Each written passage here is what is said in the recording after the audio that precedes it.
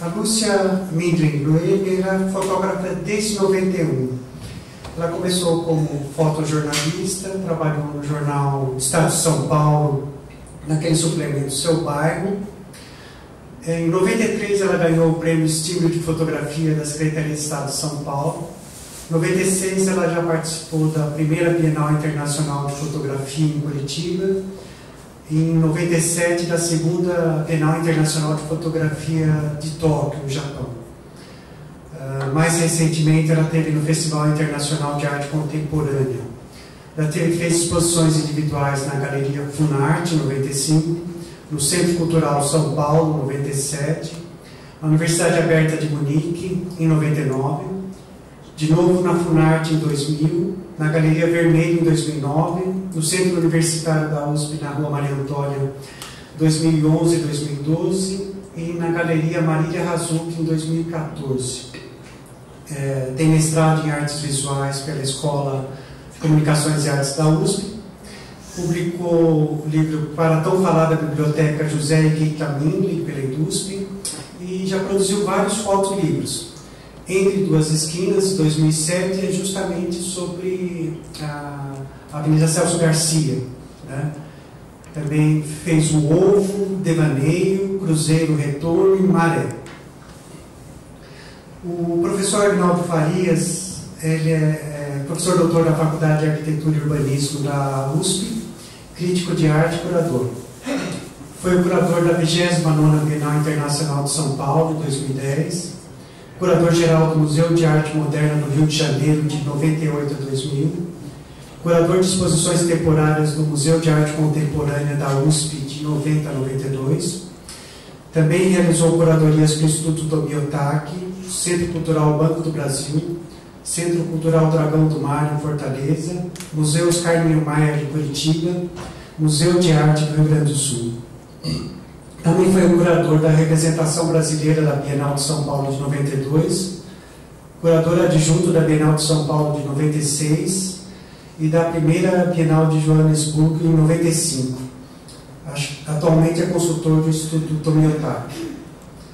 Autor dos livros As Naturezas do Artifício, sobre a obra da Amélia Toledo, A Arquitetura de Rui Otaki, Daniel Senise, Arte Brasileira Hoje, e também editou e organizou o livro Bienal 50 Anos, que saiu em 2002. Bom, acho que a gente pode começar então com a Lúcia para falar sobre o trabalho dela, né? E depois a gente passa para o professor Agnaldo.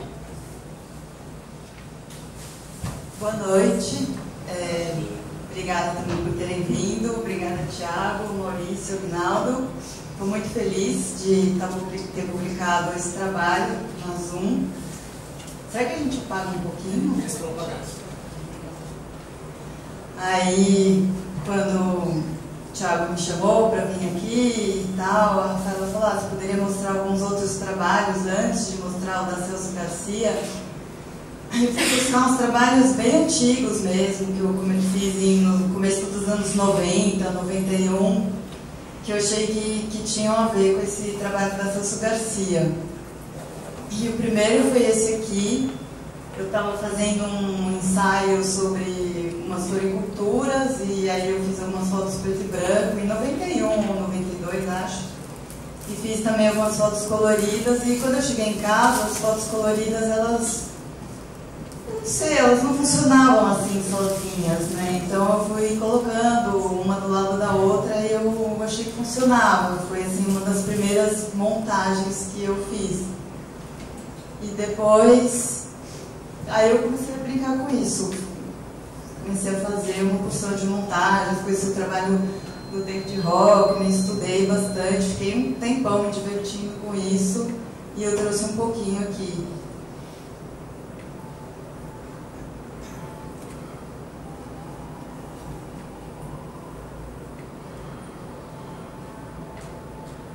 Aí, em 2004, meu pai é arquiteto, estava fazendo um projeto de revitalização da Avenida Celso Garcia.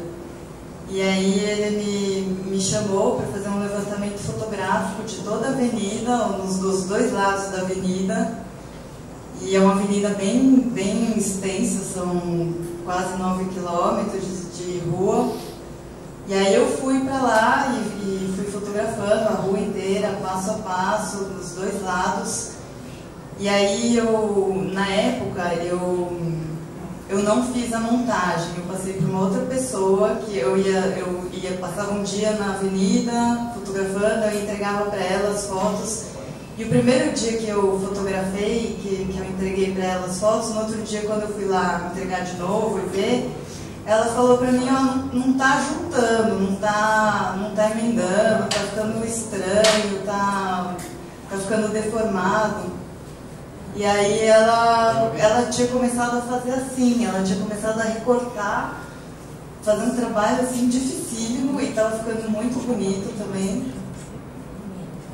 E eu falei, bom, se você quer fazer assim, então manda bala. E ela fez assim a avenida inteira, recortadinha. Aí o projeto de revitalização não aconteceu, mas 2 anos depois o trabalho foi publicado na revista Sexta-feira. E ele foi publicado todo assim, atravessando a revista inteira, do começo ao fim, e preto e branco. Ficou muito legal, a revista ficou muito bonita. E eu trouxe só um pedacinho.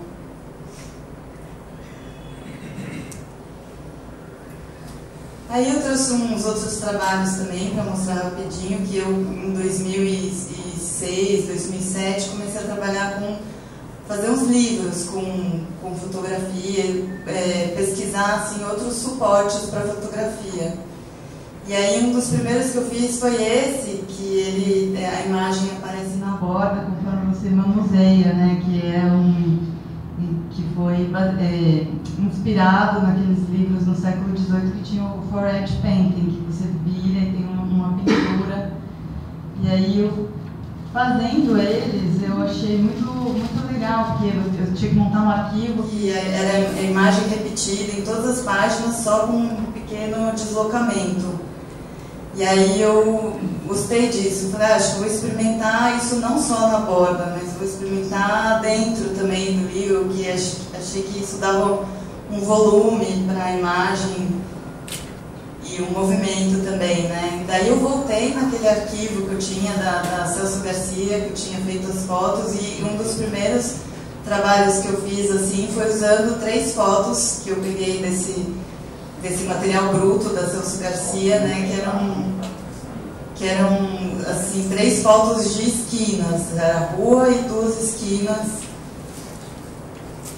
E aqui tem um detalhe para ver, porque ele tem um volume, aí a imagem vai deslocando de uma página para outra, e aí tem um furo e um outro deslocamento. Então é como se você meio entrasse na rua ou tivesse uma lente, né, para você ver. Na foto não dá para ver tão bem, mas...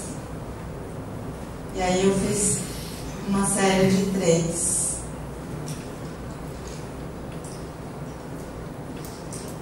Daí eu explorei um pouco isso, fiz alguns trabalhos com isso. Esse é um trabalho que é sempre a mesma imagem, mas aí brincando com o deslocamento. Às vezes para a direita, às vezes para a esquerda, para baixo, para cima. E a imagem que estava formando, né, a partir disso.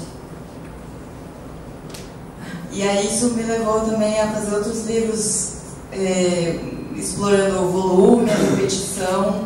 Aí um deles foi o Maré, que é sempre a mesma imagem em todas as páginas também, só que não tem nenhum deslocamento, então ele cria esse volume e conforme você vai mexendo, ele é uma escultura assim, né? Vai como uma onda do mar mesmo, que vai para um lado para o outro. Fiz também o Cruzeiro. O Cruzeiro, ele é um livro, ele tem 1,5 metro, assim, e ele é todo com nota de um cruzeiro, que foi um pouco trazendo assim, uma lembrança, né, de infância, que tinha uma inflação muito grande, e que daí a gente tinha essa coisa, vou no supermercado de manhã, porque à tarde já vai estar outro preço, e aí tinha que levar um bolo de dinheiro que não valia muito, né, e era uma coisa assim, que eu, pequena, mas eu me lembro muito disso. E aí o Cruzeiro também é o nome de um uma viagem de navio, né? E aí eu achei que esse formato parecia um navio. Ele foi uma instalação também, esse trabalho. E esse aqui é o Cine Coremas, que também é uma imagem da Celso Garcia. Dessa vez que eu tive lá em 2004, eu tinha escolhido algumas fotos que eu gostava, tal, separado, aí eu voltei para lá, peguei essa imagem, fiz esse trabalho, usando essa mesma coisa do furo, do deslocamento, mas aí eu já estava, nesse momento, eu já estava conseguindo produzir tudo em casa, furar em casa, imprimir em casa, então foi muito legal porque eu podia ir fazendo e experimentando, era mais rápido, né, e mais produtivo, assim, mais legal. Aí essa é a foto, né, a foto mesmo de 2004. E aí essa aqui eu trouxe também a foto, porque daí eu cheguei lá procurando, cadê o Cine Coremas, né? Ele não virou uma loja, mas o resto continua aí. Tinha uma boate, né, que continuou sendo uma casa noturna. E aí, no ano passado, em 2014, a Elaine Ramos e o Celso Longo estavam fazendo a curadoria para a exposição Cidade Gráfica lá no Itaú Cultural, e eles me procuraram pensando no trabalho da Celso Garcia, e a gente se encontrou, foi conversar como que podia fazer, como que podia mostrar, o que seria. E aí, como eu tinha feito as fotos em 2004, a gente estava em 2014, eram 10 anos certinho. Nesse tempo teve a Lei Cidade Limpa, também teve o Templo do Salomão, que lá nasceu Celso Garcia, que ocupou um quarteirão inteiro, né? Então a gente achou que era legal voltar lá e ter essa comparação. Eles sugeriram, eu achei super legal, também para retomar esse trabalho. Eu voltei, aí depois que a gente combinou de fazer, eu voltei para aquele material de 2004 e refiz a montagem sem o recorte, sem fazer correções de perspectiva nem nada. E antes de voltar lá, eu já tinha refeito toda a rua, que foi bem legal também, porque me refrescou a memória, né, do que era o lugar e tal, do que eu ia percorrer lá. E aí eu trouxe, então, alguns trechos. Aí aqui, para aumentar...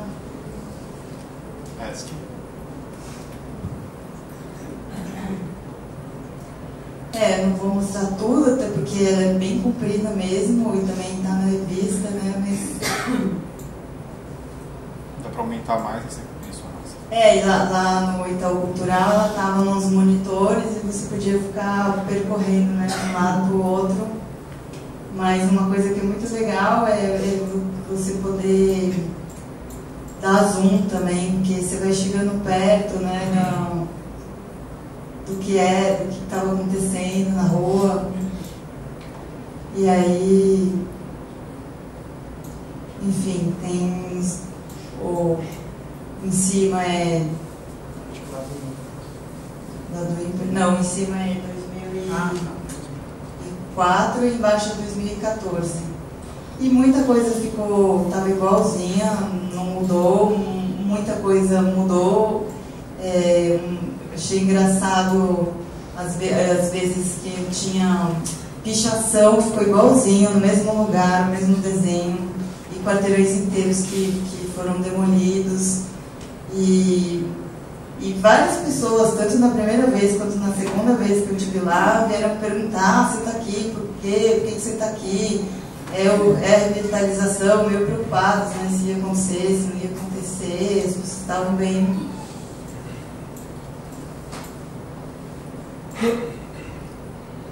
E aqui vou mostrar o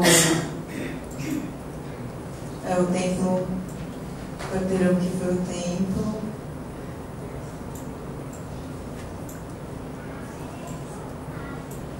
Pegou um quarteirão inteiro mesmo, só ficou esse prédio aqui. E aí eu incorporei isso, que dava essas, né, que você vai fotografando e a rua ela é muito comprida e ela vai afinando, vai alargando.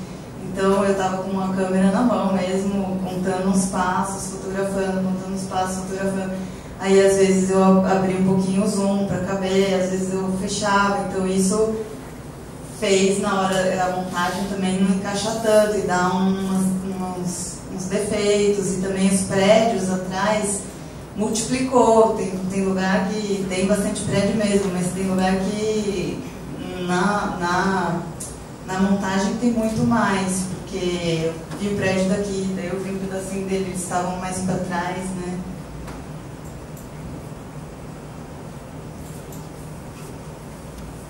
Então, acho que é isso.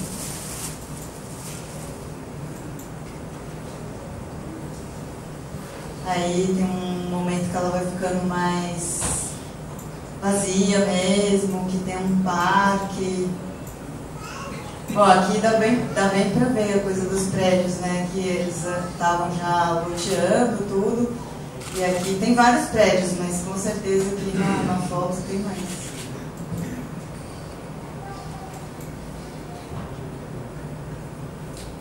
Aqui também, né? Você vê o quarteirão inteiro.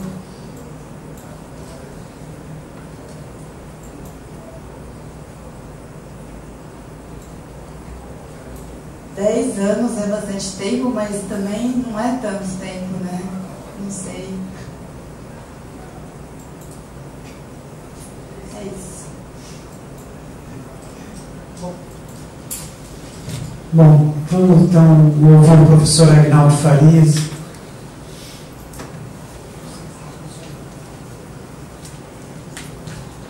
Alô? Então, boa noite a todos. Queria agradecer o convite que a revista Azul me fez e para mim é um prazer de estar com o Maurício comentando o trabalho da Lúcia, trabalho que eu venho acompanhando há muito tempo. Praticamente desde que você começou, muito embora você tenha um momento em que você trabalha como fotojornalista, né? E isso dá a você uma desenvoltura no trato da cidade, de imagens da cidade e também esses retratos que você já realizava, que aqui aparecem de modo muito eloquente nessa publicação. E eu me felicito a revista de ter reproduzido isso. Eu tinha visto o trabalho na Cidade Gráfica, mas aqui ele ganha outro corpo, que parece de outro modo. Porque lá na Cidade Gráfica era vídeo também. Ficava nos monitores. Que eu não concordo tanto quanto acho incompatível, no limite. Mas entendo que a exposição pretendia mostrar certas produções e aí, eventualmente, estava lá o documento da produção, não era a produção. E aqui eu acho que é muito mais, que é de fato o produto, né? Impresso. E o que mais havia me chamado a atenção, e hoje então eu entendo, no seu trabalho, é justamente o modo muito particular como você realizou livros, objetos, né? Então, foto-objetos, ou objetualizou a imagem, produzindo livros, e esses livros, eles, com essas escavações, a partir da repetição, a partir de algumas intervenções, no geral não, na maior parte das vezes, esses círculos, às vezes uma coisa meio cônica, mas também meio ondulante, meio serpenteante, talvez seja o termo. Né? Porque você tem naturalmente uma grande intimidade com livros, isso vem de família. Eu também tenho, embora no escopo reduzido da biblioteca do meu pai. Mas uma coisa naturalmente que me fascinava eram os cupins e traças. Né? Eu fico imaginando que isso marcou. Então, quando eu vi o primeiro livro seu, eu fiquei imaginando a dimensão do cupim que eu havia atacado. Quer dizer, essa ideia de uma abertura, de uma fresta que entra e vai atravessando, trespassando, né? Abrindo um encaminhamento vertical em alguma coisa que funciona do ponto de vista horizontal. E o seu livro dá isso. E, particularmente, é muito feliz o modo como, no primeiro momento, é apenas o corte, então tem aquela camada que você percebe pela mancha, que é a mesma imagem que está sendo repetida, até o momento em que você tira a partir da imagem, como, por exemplo, o cinema, a imagem que você mostra, em que ele é replicado também no modo como ela desce, e daí para os livros lombada, que são outro modo de produzir a imagem, já está logo no primeiro seu, porque você tem uma imagem que está bem no canto, como se ela tivesse sido expulsa, como se ela estivesse querendo fugir do livro, ou como se ela estivesse invadindo o livro. Tem aí uma ideia belíssima, me parece, que é da imagem ocupando o espaço do livro. Tem mais ou menos como a subida da maré, sabe? Quando a maré vai subindo e vem aquelas lâminas de água que são muito finas e vão aos poucos entrando praia dentro e vão alisando. Tá? Achei esses vários trabalhos que você fez extremamente sofisticados e uma contribuição a esse suporte. Né? Eu conheço vários fotolivros, né? Mas eu não conhecia, ignorância minha talvez, mas pareceu-me que pelo menos no panorama nacional isso não é pouco, porque nós temos excelentes fotógrafos e gente trabalhando nessa esfera, mas você produziu alguma coisa que era uma novidade muito forte, porque amplia a imagem no sentido de que você a faz aderir-se às superfícies e a modos não convencionais, e com isso você potencializa a imagem e o próprio suporte. O que o suporte pode dar, quanto eu preciso entrar dentro daquele espaço para que ele já tenha uma significação.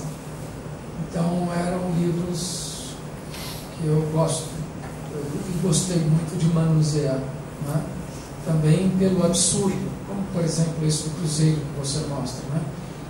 Quer dizer, agrada-me muito essa ideia, porque são livros impossíveis, e aí nós temos o universo do livro ele é muito plural, mas ainda assim, no geral, nós tem um formato que é cômodo, que é confortável, que é clássico, que é tradicional, habitual. E por que não outros livros? Isso é uma coisa que eu pensei, porque acho que a primeira exposição que eu realizei na vida foi sobre livro, junto com o Chico Homem de Melo. Foi ele que realizou, né? Eu sempre trabalhei com gente melhor do que eu, então a ideia de chamar o Chico Homem de Melo, porque aí você não tinha que se preocupar.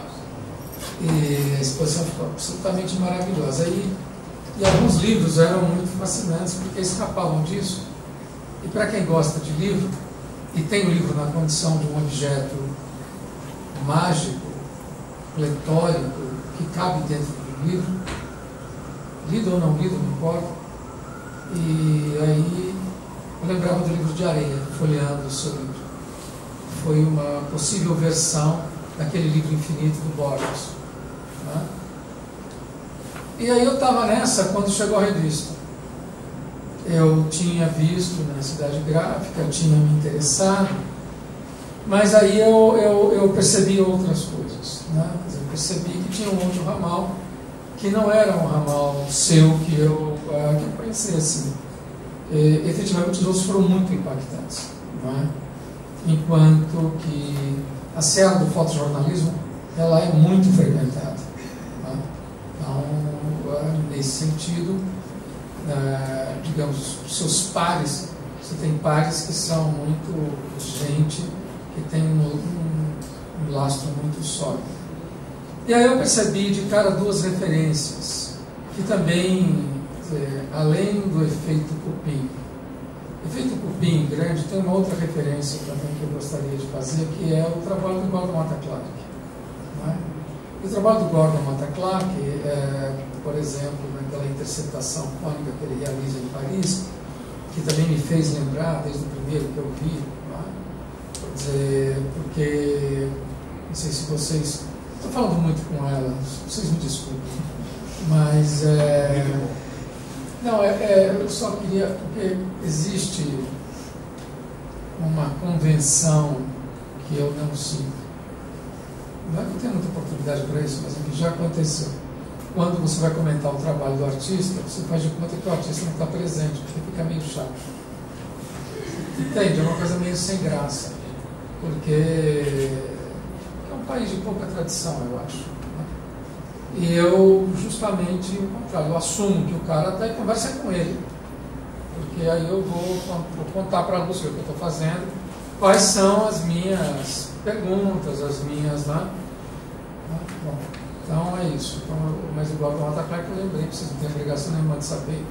A plateia é muito heterogênea, tem gente que, como eu, está careca de saber, e tem gente que absolutamente não conhece. E ele, basicamente, depois de encerrar uma casa, um dos trabalhos que ele realiza é fazer uma outra abertura, que é o caso. Mônica não é a única abertura que ele faz. Mas o que é interessante é, tanto quanto uma casa é hermética, protegida, quanto ela é íntima, quanto ela é inescrutável, um livro também o é, em alguma medida. Então, essa abertura, você também joga a luz para dentro do livro, o ar entra ali para dentro, não fica aquele objeto fechado, só as lombadas te oferecendo e você não sabe o que acontece. Então, essa escavação ela é muito interessante. Parece muito interessante. O próprio Drummond tem um poema clássico sobre isso, que é o Aporo, né? Que é justamente a ideia da escavação, e de lá você termina produzindo alguma coisa que é de fato uma novidade. Quer dizer, a escavação do Matta Clark, como eu acho que a sua escavação, portanto, ela abre, ela fertiliza, ela fecunda, ela propõe uma nova situação para o objeto livre, né? E aí acho que é um ponto alto do seu trabalho, da sua pesquisa. Você vem vindo nisso porque várias são as pesquisas que não são lineares, né? E acho que é o seu caso. Você é muito jovem e aí tem essa maleabilidade de explorar diversas frentes, como você vem demonstrando. E ao olhar esse trabalho eu fui, quer dizer, acudiu-me outras referências que o Maurício justamente cita. O texto do Maurício é muito elucidativo, não dá algumas chaves que são, do meu ponto de vista, muito enriquecedoras. Eles não pretendem explicar o trabalho, mas o que me parece interessante são algumas questões que ele levanta a partir do trabalho, como, por exemplo, o problema da ruína. O Thiago fez a apresentação e aí ele fala sobre, logo na apresentação do trabalho da Lúcia, sobre a importância de um trabalho que faz um registro da cidade, e isso dá a ver a cidade, um bairro da cidade, uma rua, que não é uma rua qualquer, não é um bairro qualquer, é uma rua muito importante e que sofreu, como é comum no nosso país, onde a especulação imobiliária das cartas, um processo de transformação muito abrupto, considerando o curto espaço de tempo. Então, agora, a questão, naturalmente, que nos interessa, para quem tem uma apreciação artística, naturalmente, como é que é feita como é que se documenta aquilo que é. E tem um trabalho que o Maurício cita, tem duas grandes referências. Uma você citou, outra não. E não tem nenhum problema citar, qualquer um vai logo chegar a isso. Que é o famoso trabalho do Ed Ruscha, que é um artista, que é um fotógrafo, pintor, um artista conceitual, ele é muitas coisas, né? Recentemente ele ganhou o Leão de Ouro em Veneza fazendo pinturas, basicamente. É talvez o grande pintor da paisagem norte-americana, é o grande pintor da paisagem construída, tá? Então ele é o grande pintor das empenas e de fachadas, basicamente as empenas das construções, que são no geral baixas, que são horizontais, e a pintura é panorâmica, elas são horizontais, e que ostentam em lugar de picos nevados, enfim, árvores ao fundo, mas são letreiros, né? Letreiros, isso é a grande paisagem norte-americana. Isso vai influenciar, por exemplo, Wim Wenders. Todo mundo que pensou a cidade norte-americana, especialmente Los Angeles, que é uma cidade muito particular, né, e que tem pontos de contato com outras várias cidades, mas são cidades desbordadas, cidades que meio como caminhar em Brasília, né? Você andando na calçada, as edificações elas estão todas ao longe, meio que distantes, né? E ele faz um trabalho que é um clássico, um trabalho de 66, aonde ele vai fotografar todas as fachadas. E aí, efetivamente, ele faz uma sanfona. O livro é uma sanfona, onde você vai abrindo e sai a rua inteira, a avenida inteira, não sei se é a avenida inteira, deve ser, e em PB, e as casas elas estão isoladas, e há um tratamento de imagem no sentido de que não haja solução de continuidade, há uma ruptura de uma para outra, né? Então existe uma continuidade. É quase como o desejo de um fotógrafo produzir um filme, e ao mesmo tempo que ele está fazendo isso, ele está produzindo um livro. Então tem aí uma confluência de movimentos, vetores que são contrastantes, discrepantes, porque tem a temporalidade que é característica do livro, né, e tem a temporalidade que ele remete de algum modo, que é do filme, porque você tem uma grande fita, mas a rigor essa temporalidade ela vai rolar na medida da rolagem das páginas pelo leitor, que é o vidente, aquele que está enxergando a coisa. Então, e tudo isso contraposto à temporalidade da fotografia, que é uma assassina do tempo, muito ao contrário. Então, se ela paralisa, por outro lado, você recupera, né? E aí você junta isso, e eu tinha percebido também essa outra referência, mas eu, de fato, fiquei muito fascinado, porque eu não sabia desse seu princípio, desses trabalhos, esses mesmos que você mostrou, que são quase estudos à maneira do Hockney. O Hockney, ele bom, não sei se casualmente, mas também mora na Califórnia, embora seja britânico, né? E radica-se lá na Califórnia, mas tem uma série que ele realiza, acho que com Polaroids, que é um clássico. Polaroid 100 também. Tem 100 também, né? Isso vem na esteira de uma preocupação dele, porque ele é um pintor figurativo, digamos, num momento em que a figura estava meio por baixo. Quer dizer, ele começa com figura do meados dos anos 50, né? E aí ele tem dado uma outra figura, ele é um dos, junto com Kittar, com Dime, entre outros, dos Estados Unidos, e lá. Você faz uma alusão interessante ao Hopper. Hopper é uma referência para esses caras também, inevitavelmente. E aí ele, querendo buscar uma forma de representar, de fazer figura, sem incorrer no que até então havia sido feito, e você tem talvez o paroxismo, né, da figura dentro da Inglaterra, em Bacon, certamente é um ponto terminal, não é? Mas é a figura distorcida, deformada, estourada, embora existindo dentro de um palco, uma arena, um cenáculo. E ele não, o Hockney é muito mais palatável, é delicioso, inclusive nas cores que utiliza, ele é sumamente agradável, né? É quase um fauve. Aí você diria que ele está fazendo com essa cor toda nos anos 60, isso é uma bobagem. E ele mostra que não, porque tem um componente de deformação na moda, como ele representa, que é do mais alto interesse. E essas fotografias típicas de quem pensa a imagem realmente numa chave muito superior, é um grande momento desse artista. E que faz com que ele seja não apenas um pintor, mas um artista pensador da imagem, o que depois ele demonstraria quando ele vai investigar como é que a imagem era produzida nos livros a partir, bom, ele remonta ao Renascimento, um pouco depois do Renascimento, especialmente século XVII em diante, mostrando as caixas, que são também máquinas fotográficas, né, de algum modo, claro, e ele vai mostrar como é que isso é utilizado. E há nele, nessas fotografias, uma tentativa, como se for uma tentativa de abarcar alguma coisa que não dá para você abarcar, não é?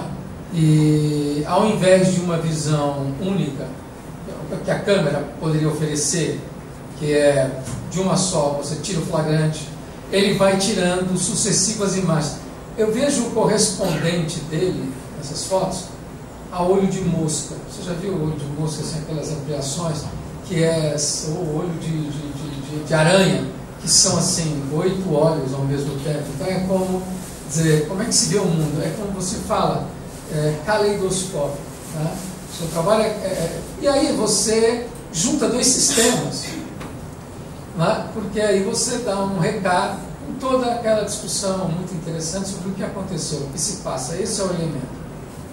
Claro, isso é um documento do que aconteceu numa avenida paulistana num período de 10 anos.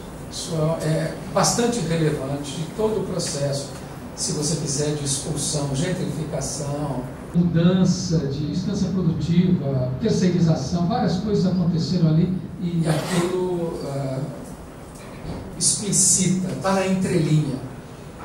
Mas a questão que eu acho a grande contribuição é que você mostra como todo este passar do tempo, esta pátina é, a rigor, sísmica, ela é totalmente entrecortada, né? Então você usa de um outro modo o sistema inventado pelo Hockney, e aí você ativa e problematiza a visão do Boucher, que aliás o ponto em comum é só fazer as grandes tiras, porque o que ele está preocupado é com uma outra coisa, e você não. Ele tem quase ele dá à arquitetura individual um papel protagonístico, enquanto que você não. É a rua, não é? E é o tempo atravessando esta rua. E a maneira como você abarca, entende e retém, já mostra que tudo aquilo está sob risco. Aquilo está sofrendo um movimento tectônico. Olha lá, tectônico no sentido da arquitetura. Não estou falando no sentido geológico da coisa. Tá? Tudo tem um tremor. A cidade, ela de fato, ela tem uma lógica que a face é periclitante. Nenhum prédio é ereto. Então, e por isso mesmo, não é uma visão calma.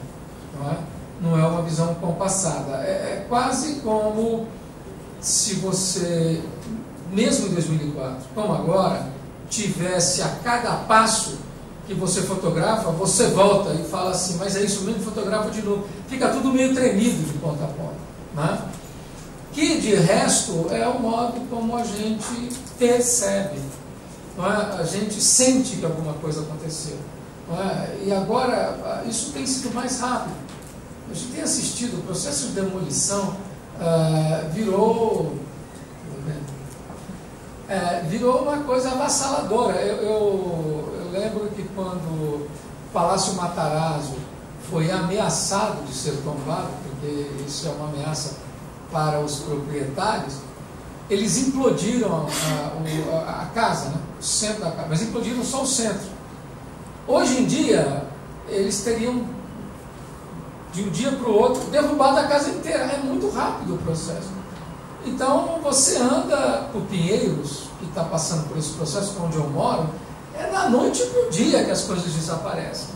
E você acha que você teve um sonho, você sente uma falta, não sabe exatamente o que aconteceu. Não é?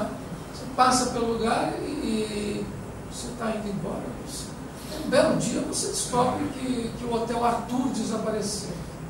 O Hotel Arthur era uma espelunca que ficava na esquina da Arthur Azevedo com a Morato Coelho. Eu entrei no Hotel Arthur, eu tinha uma afinidade com o Hotel Arthur. Tinha um amigo meu que se hospedou lá, porque era um maluco. Bom, era o Milton Ratum, escritor, né? E aí ele, claro, vive de lembranças, essas coisas que a gente, né, tem essas afetividades. Aí ele se hospedou no hotel, nesse Hotel Arthur, o de Arthur Azevedo, suponho. Ou vai ver o nome, pode ser, enfim. Se o nome do cara era Arthur, e aí ele vai montar um hotel no Arthur Azevedo, vira um destino, não vira nem mais o nome do cara. E aí o Milton hospedou-se lá, porque ele tinha uma lembrança de antigamente, o Hotel Arthur, que morava na Vila Madalena. Deve ser legal morar lá. Aí ele me chamou, ele falou, vem cá, ver o que é o hotel. Tinha uma mancha de bolor na parede do quarto dele, eu falei, sai daqui, ele se enlouqueceu. Era uma espelunca. Mas a gente se afeiçoa. Basicamente, de repente já não está lá. Então, essas afeições assim, são traumas, porque você vai sendo arrancado das suas referências, já que nós acontecemos nas coisas. Nós não somos a nossa memória, nós somos a nossa memória nas coisas. Bom, o Agostinho já falou sobre isso, mas os prédios, né? A Celso Garcia, particularmente, é uma rua desataviada de qualquer luxo, ela é horrenda, como a maioria das ruas da cidade de São Paulo. Igual assim, por exemplo, Santa Amaro, aquilo é uma desgraça, mas é incrível, a gente se afeiçoa. E aí isso vai mudando. Eu não tenho nenhuma relação moralista com isso, não acho que seja bom ou mal, mas acho que isso tem consequências. E acho que o seu trabalho, um documento da lógica urbana, é uma das visões mais poéticas e mais precisas do momento que nós estamos vivendo, e como toda esta solidez ela vai se desfazendo e em movimentos desencontrados, não é? Porque tem casas que se mantêm ainda depois de 10 anos, só que elas vão ficando como que acuadas, acovardadas, mínimas, diante de construções imensas que vão surgindo, ou que também podem ser pequenas, mas são arrogantes na sua novidade, na sua, enfim, no modo como ela vem pintada, no modo como ela é acabada, porque aí eles vão ficando algo assim, algo do passado, né? Então, muito fascinante. Eu gosto da maneira como a revista resolveu e gosto fundamentalmente do papel. O papel, ele me agrada, porque ele tem uma maleabilidade, sabe, que eu acho que corrobora essa ideia de alguma coisa passageira, porque tem lógica de jornal, né? Tem papel jornal, né? Então, que é um papel feito para durar pouco, né? Ele é uma coisa diária, né? Então, acho que, inclusive, esse cuidado, que eu não sei se foi da diretora de arte, se foi a Lúcia recomendando, eu acho que foi uma coisa profundamente acertada e quero parabenizar. Bom, a ideia era só fazer um começo de conversa para que a gente possa abrir. Mas é isso, muito obrigado, Lúcia, parabéns, muito obrigado a vocês.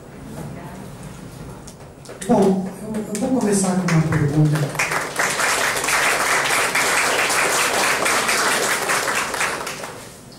Vou começar com uma pergunta aqui para o Aguinaldo aqui.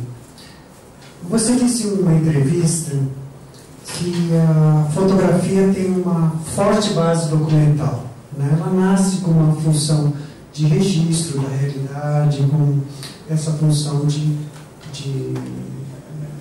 mimetizar o real. Né? Eu lembrei, então, que o escritor Graciliano Ramos, quando era prefeito de Palmeira dos Índios, escreveu 2 relatórios de prestação de contas para o governador do estado. E os 2 relatórios eram também peças documentais. Né? Só que quando eles foram publicados no Diário Oficial, eles despertaram a atenção do público e motivaram o convite para o Graciliano falar se tinha algum livro na gaveta. Né? Então, esses 2 relatórios hoje estão nas obras completas. Tal. No caso das fotos, a gente se depara com alguns fenômenos semelhantes. Né? Principalmente essas fotos oriundas do jornalismo, elas têm esse objetivo tal. Né? O problema é o seguinte: em que maneira, o que acontece para que um trabalho que estava mostrando um relatório de revitalização urbanística, de repente passa a ser considerado um objeto estético? Né? Quais são as condições que levam as pessoas a avaliar que uma obra que tinha, digamos, uma intenção jornalística, uma intenção de mimetizar a realidade, ela ganha, assim, um valor artístico, desperta o interesse de um público diferente?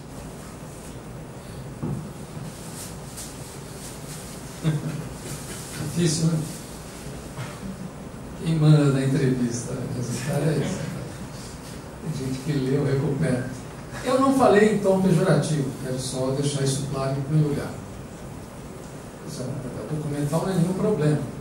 Agora, por exemplo, uma vez eu estava numa mesa redonda lá no Tuca, num congresso de jornalismo, sabe? Teatro, lá na PUC.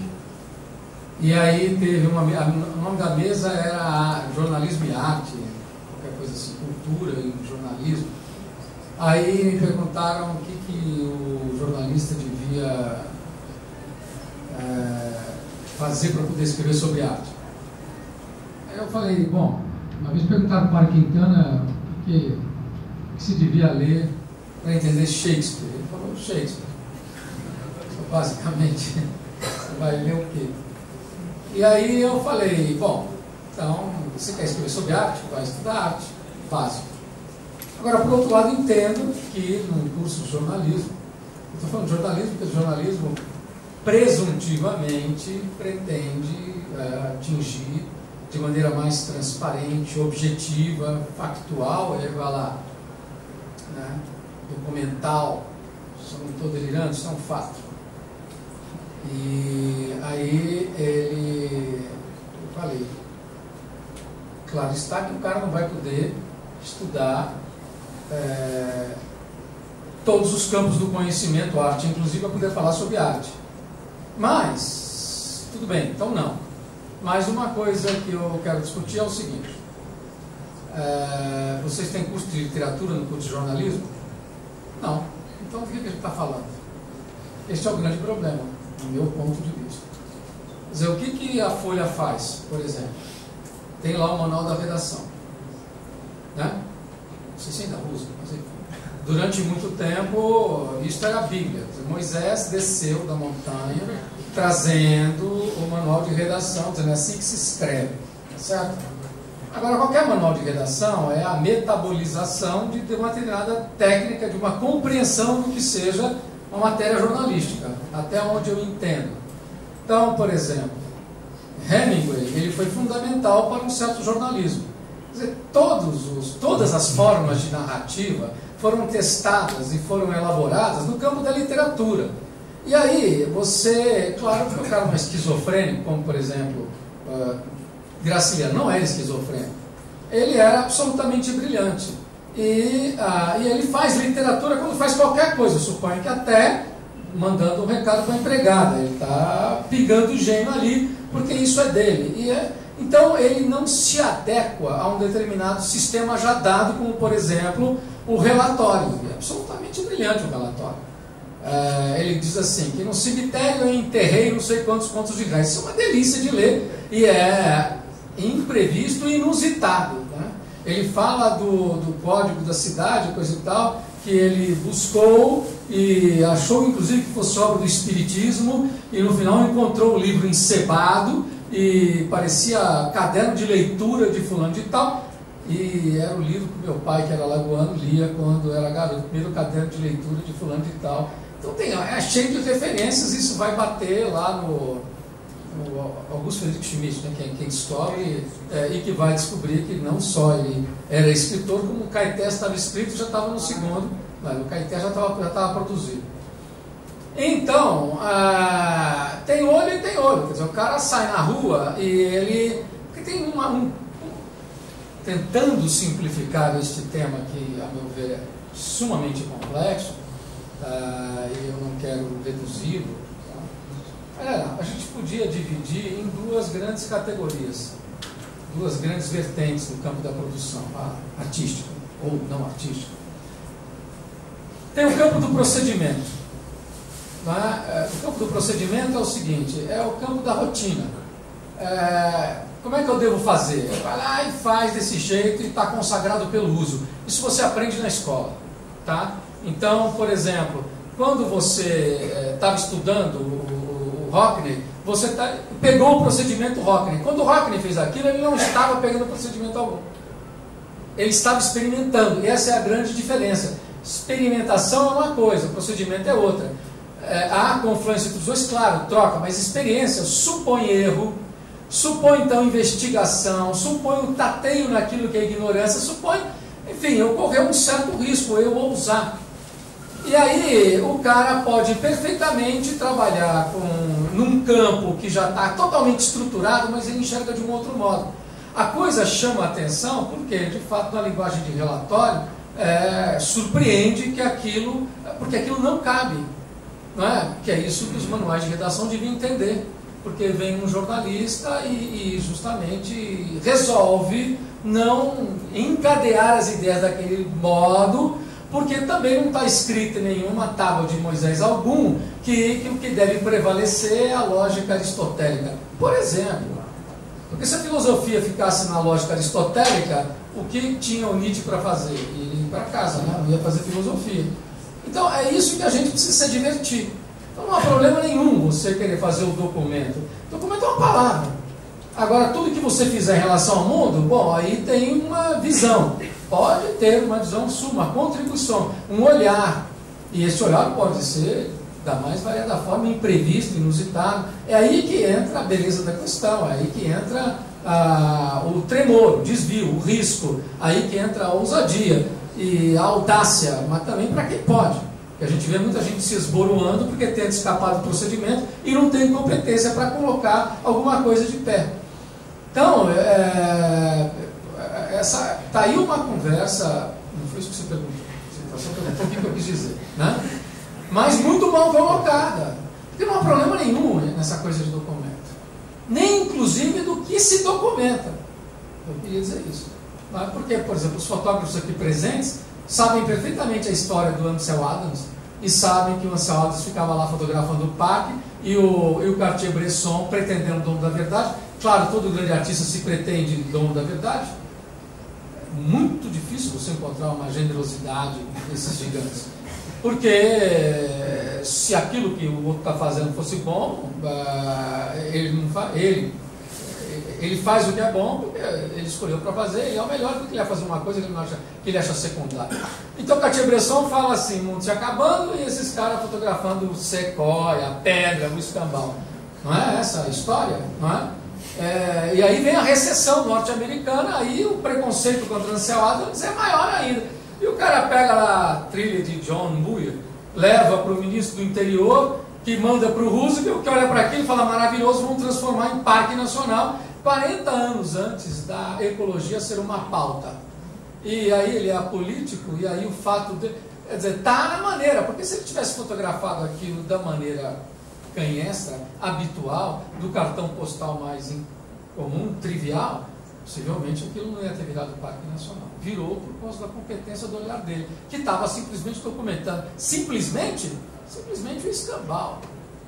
Então, o grande artista não perde viagem, é cada enxadada uma minhoca. E aí, quando ele vai fazer qualquer coisa, ele já tem o olhar formado, porque formou este olho, porque isso não se faz da noite para o dia.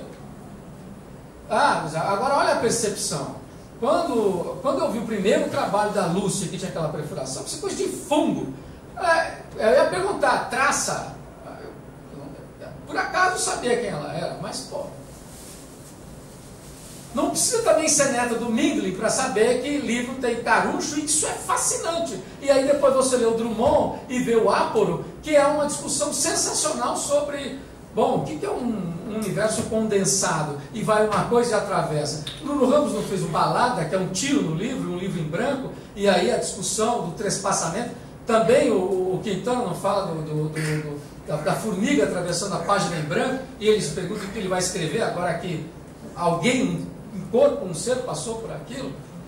Então, isso, eu acho que o senhor Graciliano Ramos, ele era escritor, porque o cara é escritor o tempo todo. Então, o que você pode falar, aqui tem obras que o cara faz, como se dizia, um termo que eu gosto muito ainda emprego, por pura carregação. Você fazendo as coxas. Coisa que você faz ali, coisa e tal, como diz o meu amado amigo Chico Homem de Melo, para cumprir. Mas, você já viu como é que o Chico Homem de Melo cumpre? Nunca deixa de ir, não sai do estúdio dele sem merecer a chancela do Chico Homem de Melo. Bom, ainda mais sendo artista. Aí eu não tenho a menor dúvida. Sendo artista.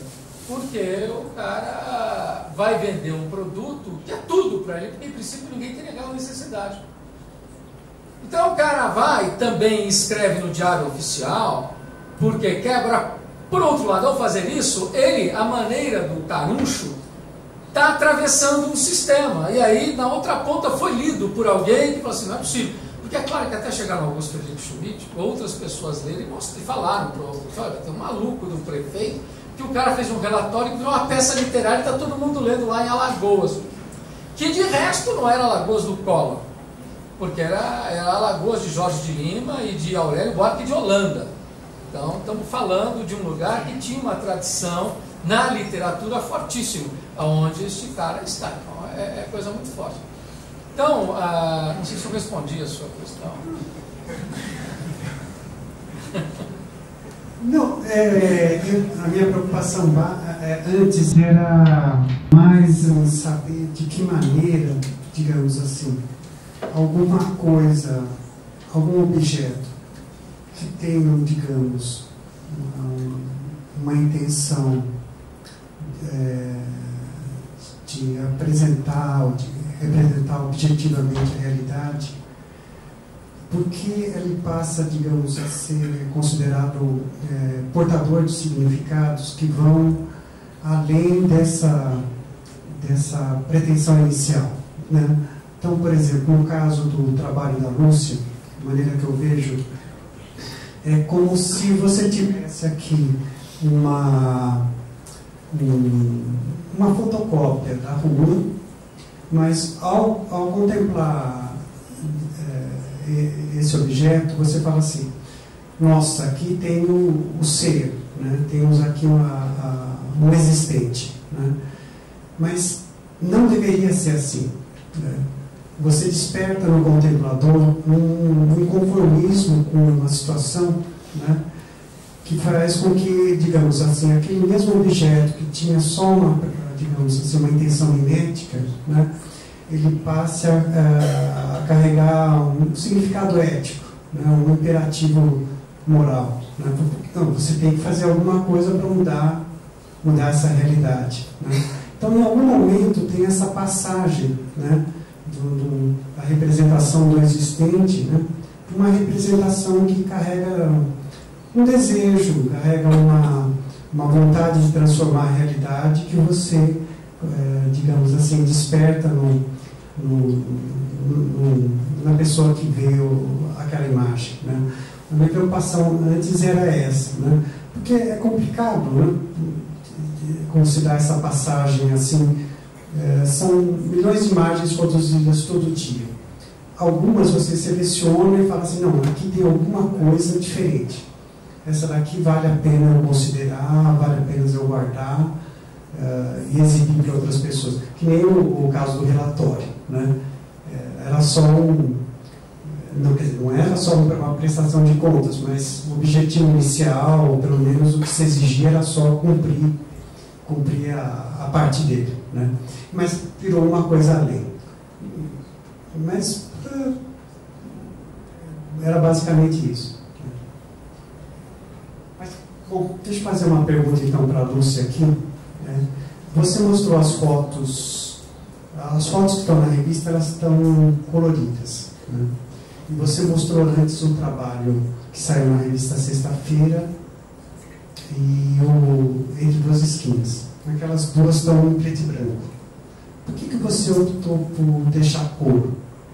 Porque tem uma diferença aqui entre quando você vê os dois trabalhos. Eu pelo menos assim tenho um pouco a impressão de que as fotos em preto e branco têm uma certa dignidade maior, a rua fica um pouco mais decente, né? E quando tem a cor, você vê aquelas cores sujas, não tem, digamos, uma harmonia cromática muito... ninguém calcula isso, obviamente, né? Mas você tem uma ênfase na figura que não tem no caso do que saiu na revista Sexta-feira. Quer dizer, isso é intencional? Na revista Sexta-feira saiu preto e branco, acho que por uma questão de custo, né? Mas também lá as fotos estão recortadas e as perspectivas estão corrigidas e não tem esse barulho, né, de vários prédios se repetindo e tal, foi limpado.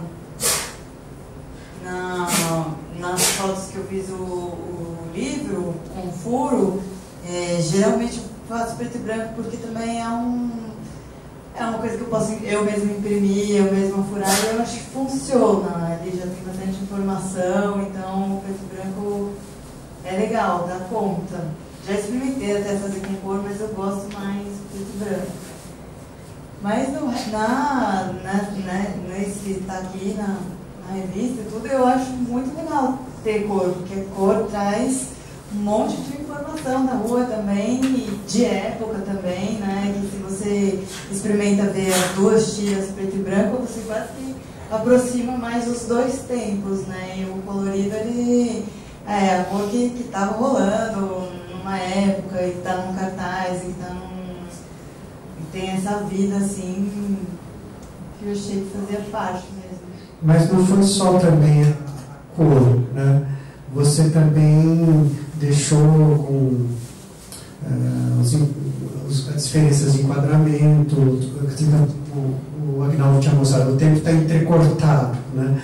Toda hora você tem rupturas ali, você vê as junções torto de um lado, continua caído do outro lado, o mesmo prédio, né? Por que você preferiu isso em vez de fazer como na revista? Eu achei que era mais real, assim, que eu reproduzia mais mesmo a sensação de estar lá, de estar vendo a rua, que como o Agnaldo falou também, que a sua visão é assim, né? Você vê uma coisa e vê de novo, e você vê o que você está vendo com a memória do que você acabou de ver, então você embaralha um pouco.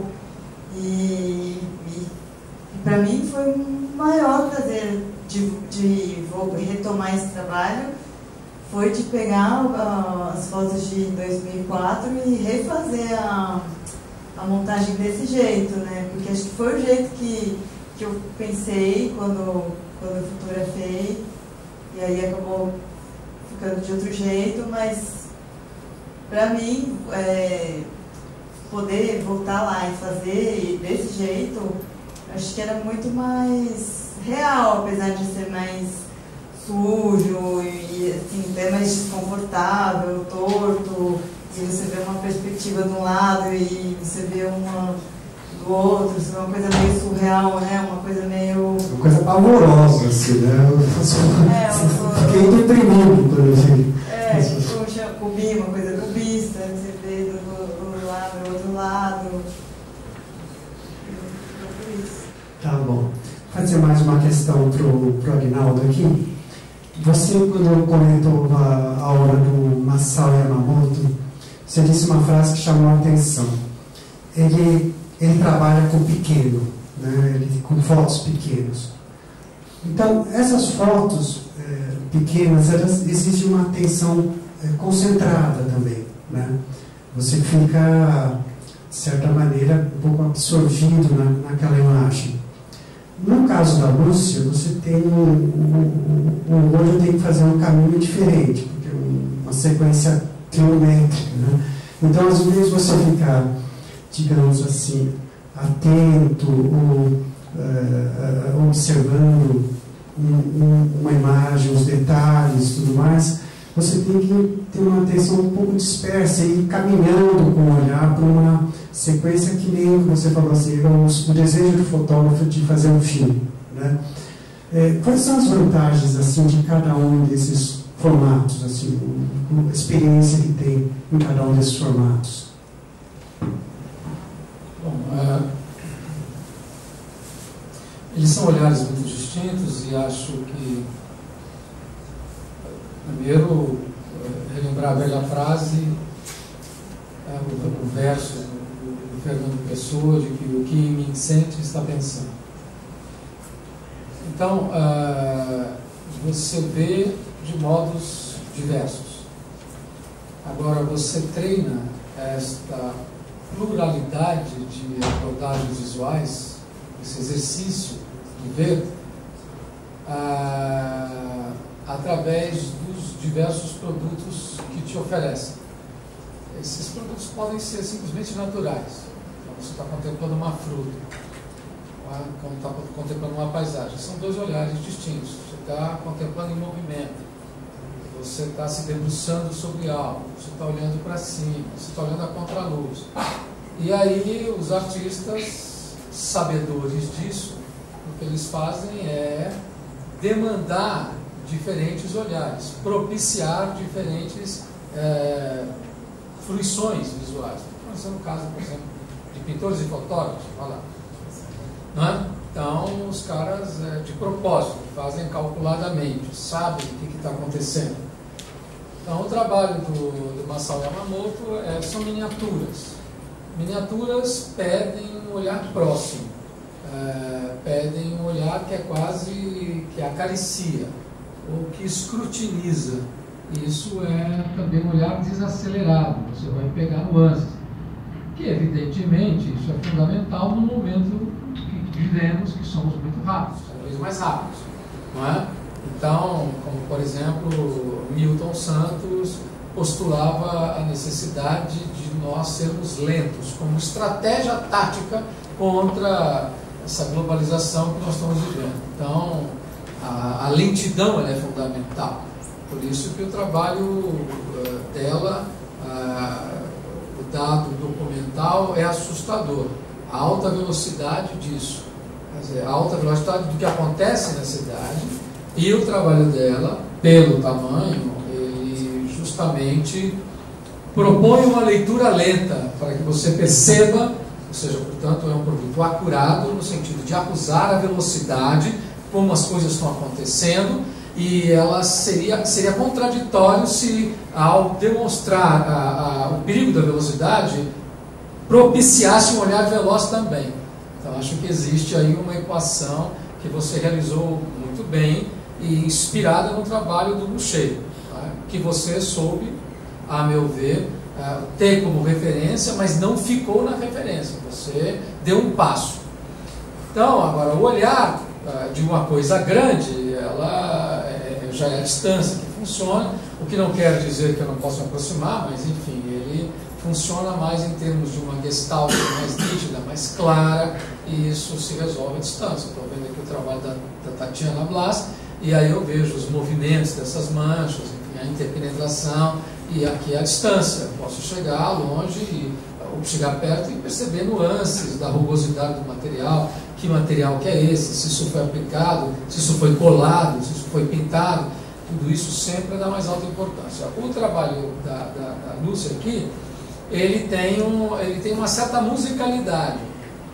dizer, na hora que você vai entrando, quando ele dá para você 2004, lado ímpar, lado par, 2014, lado par, ele já dá para você uma equação de 4 incógnitas. Então, você pode, por exemplo, isolar uma equação, 2 incógnitas, e falar assim, vou ficar só com 2004 e ver bem. Isso é um modo de ver. E aí eu vou num determinado ritmo, tá? Então eu posso inclusive isolar só um. Eu vou lá do par e vou até o fim, depois eu passo, por exemplo, 2014. Então ele dá para você certas opções de leitura, e isto é uma tremenda beleza na medida em que ele não te força. Ele pode induzir uma leitura, mas ele dá, em princípio, uma matriz qual você pode optar de um lado ou de outro, tá certo? 2004 com 2014, ou todo o 2004, ou só uma parte do 2004, vem e volta, a obra se configura como uma abertura que é muito interessante. Mas, seja como for, exige tempo. Então, na revista, e isso é bacana, tenho acompanhado essa revista e admiro por isso. Então, as capas elas vão variando porque são notícias diferentes, são exercícios completamente diferentes. Por exemplo, quando eu entro, já tem logo um ensaio, que é normalmente como a revista se apresenta, ela fala assim, a palavra, ela ficou na capa, vai aparecer daqui a pouco, mas não é agora. Aqui é o lugar da imagem. Fundamental que seja, mas aí a imagem é editada, dada com todo cuidado. Então eu vou, exercendo, por isso que é musical, eu vou virando a página num determinado ritmo. Dependendo do leitor, eu vou ver isso mais tarde, porque isso exige de fato muito cuidado. O seu trabalho é muito exigente. E eu sempre aposto na inteligência. Eu acho que o artista deve apostar na inteligência. Eu odeio trabalho fácil e eu desconfio de trabalho que eu gosto rapidamente. Eu desconfio de trabalho. Se eu gostei muito logo de cara, isso tem um problema. Porque não deve ser bom. Porque já cabe dentro, sou completamente desconfiado dessas coisas. Então o trabalho já é incômodo, porque já vai me obrigar. O que eu vou gastar para ver o seu trabalho direitinho? Hoje eu passei bem 45 minutos olhando esse negócio. Tá. Porque, e nem tinha lido o texto do Maurício, eu acho que não é para isso que serve o texto.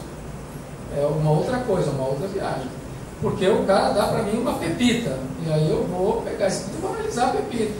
Então é um tremendo documento, uma situação incrível, e o trabalho que te deu, porque tudo isso vem. E os quilômetros que ela andou, e como é que foi que ela ajustou, e também não ajustou, e acho bacana isso, não ajusta, não equaliza, sabe, não rouba no jogo. Também isso é muito interessante. Por quê? Porque nós temos uma tradição que rouba no jogo. Então vai dar aula, e aí monta uma coisa toda concatenada, e coisa e tal, e aí, no frigir dos ovos, você trai o objeto que você está tratando. Porque você o simplificou tanto que já não é mais o objeto, é uma outra coisa. E tudo que nós queremos, a porcaria da nossa educação, porque eu sou professor, estou falando de dentro, nós queremos tranquilidade. Nós vemos uma tradição assim, para que serve matemática? Se eu não uso equação para coisa nenhuma, se logaritmo não sei nem para que serve. Eu tenho vontade de me matar quando eu escuto essas coisas, e é só o que a gente escuta. E eu pego aluno na faculdade que vai fazer estágio, porque ali sim eu tenho contato com a realidade, e perde a última etapa em que ele podia simplesmente encher a cabeça dele de informações, de referência, devanear. Então eu acho que o seu trabalho é completamente exigente. E exigente para o olho. Então eu vou no ritmo, e se eu for entrando, aí é o seguinte, quanto mais eu entro, mais lento fica esse negócio. Eu posso, no meio do caminho, desistir e falar assim, tá bom. E continuo, falo assim, legal, já entendi. Mas pensar que cada casa é uma casa, o que aconteceu com o pessoal do cinema? É claro que você pensou isso, você entrou e fez um livro só sobre ele. Por que fez um livro só sobre ele, aquele livro objeto? Porque ficou fascinado com aquele cinema. E depois volta lá e hoje tem uma loja. Para onde é que foi esse pessoal? Vocês não se perguntam isso? Eu pergunto para onde é que foi o dono do Arthur. É uma realidade maluca essa que a gente vive em cidade grande, que a gente não escolhe vizinho. No interior as pessoas se conhecem porque o cara é filho de não sei o quê, todo mundo. Hoje em dia não, absolutamente não. Isso não é mal, isso não é ruim, isso é assim. E aí a gente precisa. Então, precisamos de trabalho ou de publicações que convidem a um olhar mais atento. Então os olhares são, e eu meço um trabalho, isso é os componentes que eu meço. Pela qualidade do olhar que ele demanda, e o olhar é raciocínio, é pensamento, pelo monte de coisas que ele destrava, que ele é lá um gatilho, para onde foram essas pessoas, o que está acontecendo, que velocidade é essa, e o que isso surgiu, o que é as notícias dadas pelas cores, a sujeira das cores, tudo isso são achados. E mais, isso que foi documentado, de algum modo, vai demorar mais para morrer. Tá? Pois é, porque isso está registrado, e é a beleza do registro. É igual a gente visitar, lembra as fotografias do Sagésio sobre túmulo? As pessoas já se foram, mas as imagens delas prosseguem. Então, o seu trabalho tem o valor dos fotógrafos do século XIX que faziam levantamento de Bahia, do Rio de Janeiro, que são espetaculares, mas cada um à sua maneira. E de algum modo nós aprendemos, aquilo já se foi, mas ainda está conosco. Então existe uma reverberação, e eu comparo. E nesse exercício de comparação é igual lâmina em microscópio, aí eu percebo o movimento do tempo, porque o tempo se faz sentir assim, tá? Eu posso mensurá-lo a partir disso. Então, acho fundamental a questão de, por exemplo, olhar. Posso pensar também na escuta, posso pensar no paladar, enfim, qualquer sentido, como é que ele tem que ser estimulado. Os artistas fazem isso é o trabalho dele. E por isso nós deveríamos amá-los e cultuá-los, respeitá-los. Bom, vou fazer mais uma pergunta para a Lúcia. Então, depois a gente abre para as perguntas de vocês, tudo bem?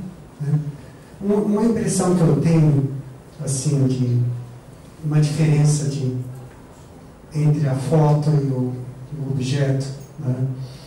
Por exemplo, você chega lá na Celso Garcia, não sei quantas pessoas passaram lá, mas você entra na Celso Garcia no começo, vai andando, você vê ainda um comércio muito ativo e tal. Daí você vai caminhando, ou andando de carro e tudo mais, vai esvaziando um pouco mais.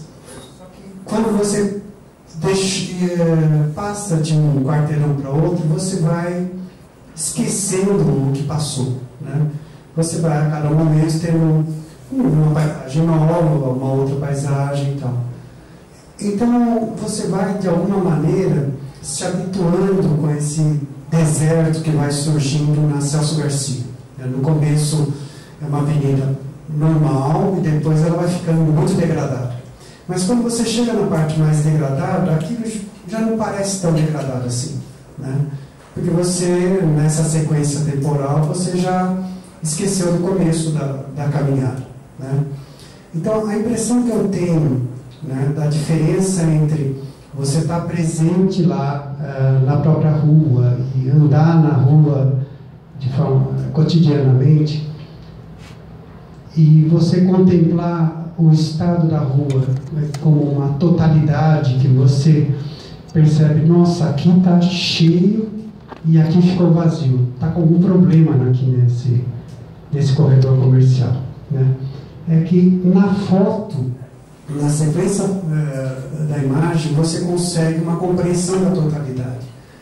E na vida cotidiana você perde isso na sequência de acontecimentos, né? Você tem essa impressão também quando compara com o que você tem na rua muitas vezes, né? Você também acha que tem a percepção da foto é bastante diferente da que oferece, digamos, a presença naquele logrador? Eu, na verdade, não, porque quando eu vejo a foto também eu me lembro do momento que eu estava lá, né? Então é muito presente. Eu lembro da rua, do que eu estava pensando, do que eu estava ouvindo, de que estava calor, não estava calor, tudo isso vem quando eu vejo a foto, tanto as de 2004 quanto as de 2014. E a rua, sim, ela parece estar mudando de cidade, porque ela começa ali, né, perto do Largo da Concórdia, com muita gente, muito comércio. Aí depois vai ficando menos, aí depois aparece um outro comércio com cara de interior, aí depois some, tem um parque. São quase 9 quilômetros, né? Então vai mudando de várias formas, né? Vai indo, voltando. Aí tem movimentos para frente bem mais movimentados. E não está inteira na revista. Tá um bom trecho, né? Mas não está inteira. E outra coisa que eu ia falar também é que quando eu fui lá em 2004, não tinha, mas em 2014 já tinha o Google Maps, né? Que é muito maluco. Você coloca lá o nome da rua e aí você vai para a rua e você pode olhar para um lado, você pode olhar para frente, você pode olhar para o outro e tem uma coisinha aqui do lado que você pode ir para 2010, ir para 2000, acho que até 2007 que eles começaram, né? Então você pode ir lá no Google Maps fazer esse passeio lá, mas é muito diferente de você ver nas fotos ou de você estar lá, né? Apesar de que estar lá, você no Google Maps, né? Você faz esse movimento, né? Você olha para um lado, aí você dá uns passos, aí ela faz zoom, aí você vai. Mas eu acho que falei, caramba, eu tô tendo todo esse trabalho e vem o carro do Google Maps com aquela câmera lá e tira foto, mas é outra coisa, é outro registro, né? Bom, vamos abrir aqui para as perguntas de vocês. Quem gostaria de falar alguma coisa?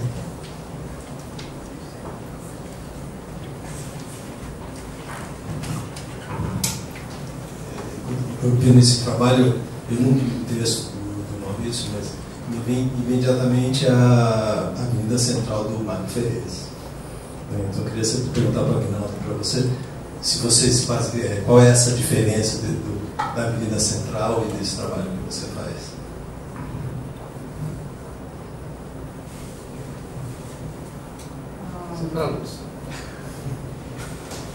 Acho que a diferença é que era ele fazendo naquela época com aquele equipamento, com aquela câmera, e sou eu hoje em dia com uma câmera leve na mão, andando, digital, tirando bastante foto, numa outra velocidade, né? Eu estou perguntando mais da intenção mesmo, né? Uma intenção do Mário Ferreira, tinha uma intenção muito, né, que era até parecida com a demanda do seu pai, né, de ser alterada toda. Né? Você pensou no Mário Ferreira quando você começou esse trabalho? Não, quando eu fui lá em 2004, eu não pensei no Mário Ferreira, também não conhecia ainda o Ed Rush. Depois, até meu pai me deu um livro, aquele livrão.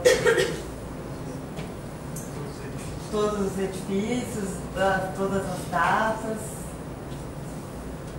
Inclusive que ele fala, né, em 70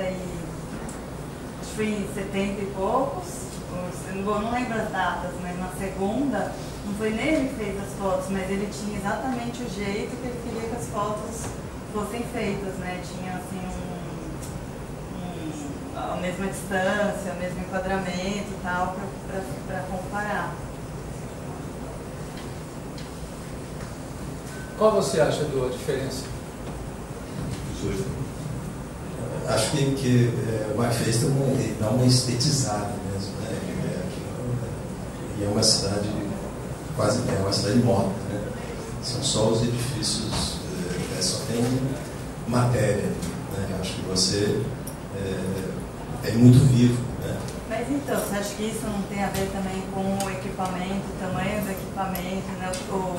O tempo da própria fotografia, né? Sei lá, estava fazendo uma foto, você não podia fazer igual eu, que estava com um cartão, que podia fazer 2.000 fotos num dia, né? Muito rápido, assim. Então eu fui andando e fotografando rápido, né? Eu levei 4 dias para fotografar a rua inteira, mas imagina quanto que ele ia demorar com aquela câmera, né? Aquele equipamento. Se ele estivesse lá no Celso Garcia hoje. Mas acho que tem uma intenção diferente também, né? Falando dos fotógrafos do século XIX, né, que documentavam. Mas acho que o Mário Ferreira, quando fez aquele trabalho, ele é uma intenção muito diferente da que você tem. Eu acho que você tem uma preocupação social que ele não tinha. Não sei, mas veja, às vezes você vê intenções estéticas. Pegar, por exemplo, uma coisa notável, né? Você vê, digamos, essas fotos de urbanismo, né? Que saem em caderno cotidiano, caderno cidades, tal. Normalmente são fotos que têm um certo realismo, né? Tem uma preocupação de registrar deficiências estruturais da cidade, problemas da cidade, né? Quase como se fosse, digamos assim, um romance realista, um Zola, um Cortiço do Luiz Azevedo. Você, de certa maneira, você enfatiza a figura da cidade. E você tem uma outra intenção estética ali, que são quando você abre uma revista de arquitetura. Você tem os prédios belíssimos, às vezes fotografados no lusco-fusco, as cores muito bonitas, enfatizando a simetria, proporção, né? Que é uma intenção estética muito diferente, né? Que nem, por exemplo, se comparar o trabalho da Lúcia com o trabalho da Ana Mariani, daquelas fachadas de casinhas do Nordeste, né? Então você vê aquelas casinhas muito bonitas, mas provavelmente se ela fosse pegar uma sequência maior, o efeito ia ser complicado, porque certamente o que estava do lado não era bom, né? Então, quando você tem essas fotos, às vezes, isoladas, de edifício, a arquitetura parece que dá origem a um certo gênero, uma certa intenção estética, e o urbanismo parece ser um deflagrador, um inspirador de um outro gênero fotográfico, né? Mas são intenções estéticas, às vezes você tem, digamos, essa perspectiva estetizante aí pode ser aplicada, às vezes, em conjuntos maiores também, né? Mas são visões opostas de como colocar as coisas, né? Eu queria só... Desculpa. Você está quase dizendo que a arquitetura, seu Maurício, tem uma intenção estetizante e o urbanismo não, mas eu acho que são escolas dentro da representação da arquitetura. Você tem uma escola moderna, muito arraigada, que no Brasil é muito importante, e que isola os edifícios, desabita-os por completo, são no geral vazios. Nas revistas, milhares de revistas de imagens, onde não tinha praticamente ninguém, e um dos momentos áureos, eu acho, da nossa fotografia de arquitetura e de cidade, neste pormenor, é quando, por exemplo, na posse do Lula, o Mauro Restife mostra a invasão do Planalto, ali, da esplanada dos ministérios, pela população. Então nós nos acostumamos com esse tipo de coisa como se isso fosse a melhor maneira de ver a arquitetura, como se a melhor maneira de ver a arquitetura não fosse, por exemplo, o que está do lado. Não é? Sim, porque isso faz parte de uma obsessão, é um tipo de obsessão que beira a histeria por parte de arquitetos e editores de revista, de limpeza fazenal mal resolvida, do meu ponto de vista. Não é? Não conseguem lidar com o país em que vivem. Adoraria que isso aqui fosse um outro lugar e não o que é. E é assim que somos, e não há problema nenhum em sermos assim, ou enfim, pode haver problema, mas devemos assumir esse problema. Então, eu acho que assim, no século XIX, você tem, vai lá, no Rio de Janeiro, uma natureza que era luxuriante, e tem em alguns lugares da cidade, assim, os prédios vão surgindo, e os prédios, eles têm muita personalidade. Uma das coisas que mais me chamou a atenção no Rio de Janeiro é que as pessoas chamam os prédios pelos nomes. Aqui isso quase não existe mais. E, aliás, é bom que não exista, porque nos últimos 20 anos é só Maison, não sei o que lá, é só... E antigamente não era assim, eram os nomes até mais dignos, não era essa bobagem, de novo, mostrando esse recalque que nós sofremos, que a nossa aristocracia, a nossa burguesia, a nossa classe média, de querer estar num lugar que não é o lugar em que se vive. Então, o urbanismo nesse sentido, por obrigação, também passou a encarar, mas uma nova arquitetura. Você tem muita foto de arquitetura hoje de ruína. E, curiosamente, por exemplo, o trabalho da Ana Ottoni, ela está pegando a ruína da arquitetura moderna, porque essa, inclusive, se pretendia de uma manutenção que não existe no nosso país. E aí, o que acontece? Bom, eu dou aula na FAO. A FAO, você viu a desgraça que ficou, né? Dá uma ruína muito complicada. Há uma obsessão que é contemporânea pela ruína, ela não é só brasileira, enfim, está dado isso, porque a discussão do passado é uma discussão que importa. E aí o urbanismo vai, mas ele não tem esse problema, até porque ele está em questões mais funcionais, isso seria, tentando resolver o problema da cidade. Mas, por exemplo, o Tuca Rinés fez uma produção sobre a cidade que revela o quão ajuda, o quão importante é o olhar do fotógrafo, porque não é um olhar genérico. Isso é que é espetacular. Eu lembro que para vocês isso é carne de vaca, estou falando vocês porque eu estou falando dos fotógrafos, né? Para vocês é carne de vaca, para mim não é. Eu fui com o Luiz Braga fotografar o Parque Industrial de Belém, e de repente ele manda o cara virar um helicóptero para ele fotografar. E eu falo, esse negócio vai parar, ele coloca aí, fica aí no cinto de segurança que a gente vai virar. E ele virava para poder fotografar. Então, tem uma percepção de que para onde que a cidade se expande, qual é a relação com a floresta, como aqui em São Paulo. Qual é o fundo de vale, onde é que era? Bom, qual é a rota do avião que vai para Congonhas e o que é que foi construído no meio dessa rota que não podia ter sido construído. Então são dados inestimáveis e são outros olhares que escapam do olhar que quer mostrar uma cidade, bom, que não é que não exista. São Paulo, dependendo do ângulo, por incrível que pareça, também pode ser bonita. Mas são muitas outras coisas. Então não existe um olhar que é dado, mas existem tradições de olhar.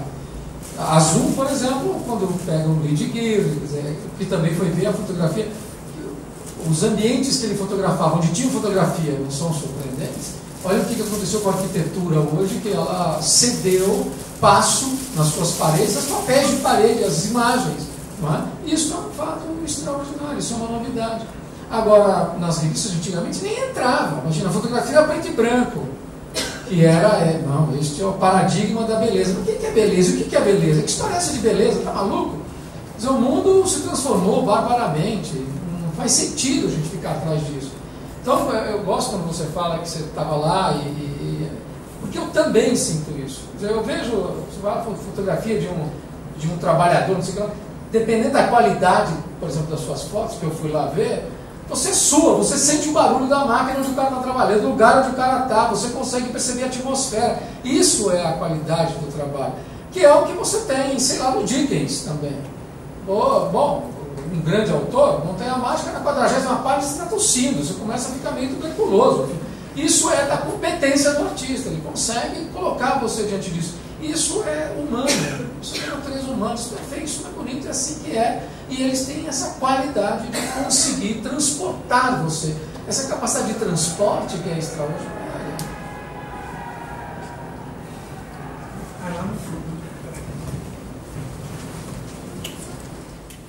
Eu não sei se vocês já haviam falado, né, sobre a relação da fotografia com o patrimônio. E ela, quando você falou que a própria revista documentando, né, que tem o trabalho dela documentado, já viram um objeto, um suporte duradouro, essa relação da fotografia também como ela em si mesma, como patrimônio.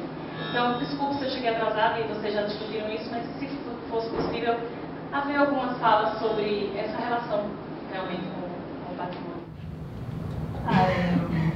Acho que é um registro, né, que você tem, uma memória que você está guardando de algum momento, né, no caso desse trabalho, por exemplo, eu poderia ter pensado em ir lá o ano passado, mas como eu já tinha ido lá em 2004, eu já tinha esse registro, é legal, né, você começa, e eu penso, pô, de repente daqui a 10 anos eu posso pensar em voltar lá, se for o caso, então você vai acumulando esse registro, né? E aí acho que, claro, tá na revista, muito bacana, tá super bonito o jeito que tá na revista, né? Tá legal de olhar, acho que é importante, sim, legal. O exemplo que eu citei, acho que você talvez não estivesse aqui quando eu falei de Ansel Adams, é porque aquilo foi tombado graças à fotografia. Então a fotografia, ela provoca o patrimônio, em última análise, porque ela é um patrimônio. Quer dizer, as coisas se foram e está lá a fotografia, é o que resta. Então o que resta é a memória. Aquilo, vai lá, a fotografia tem um compromisso com a eternidade, tem esta pretensão, pelo menos uma superação dentro do tempo. Então ela guarda uma similitude com o referente. Claro que ela não é o referente, claro que ela é plana, claro que ela é preta e branca, claro que ela não tem profundidade, mas ainda assim é um retrato. Quer dizer, então tem um pé naquilo de onde ela partiu, e por isso que ela deve ser cuidada. E por isso que os olhares que se tem sobre algo são fundamentais, porque mostram a amplitude deste algo. As coisas acontecem em função das interpretações, das leituras, não é? E as leituras é que a promovem em última análise. Então as leituras são fundamentais, a tal ponto que nós sabemos de Guernica como coisa de Picasso. O que seria de Guernica se não fosse a pintura de Picasso? Então temos que relevar este papel.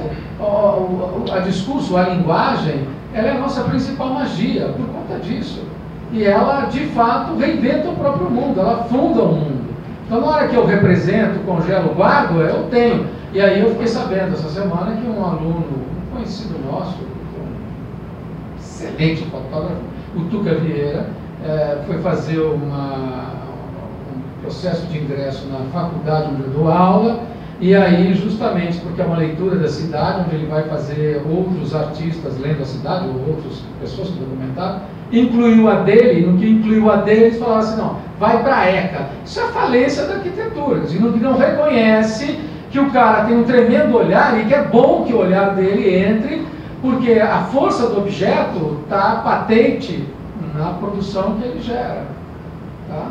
E são essas leituras que dão a força a ele, porque está todo mundo lá vendo os estados, os edifícios, a Celso Garcia, vai ver diferente, então é um tremendo patrimônio, temos que zelar por isso, temos que preservar. Acho que eu não tenho mais. Bom, eu quis manter a pretensão de manter o anonimato, mas a Lúcia já me denunciou. Eu sou o pai e o encomendador. Encomendador. Mas eu acho muito interessante porque é um trabalho que escapa da sua intenção inicial. Ele cresce à medida que ele é realizado. Né? Esse trabalho foi encomendado porque a minha intenção, a pretensão, na verdade, era poder atuar no artesanato do desenho da Celso Garcia. Né? E aí, quando a Lúcia fez o trabalho, eu percorri com uma lente e eu podia reconhecer situações.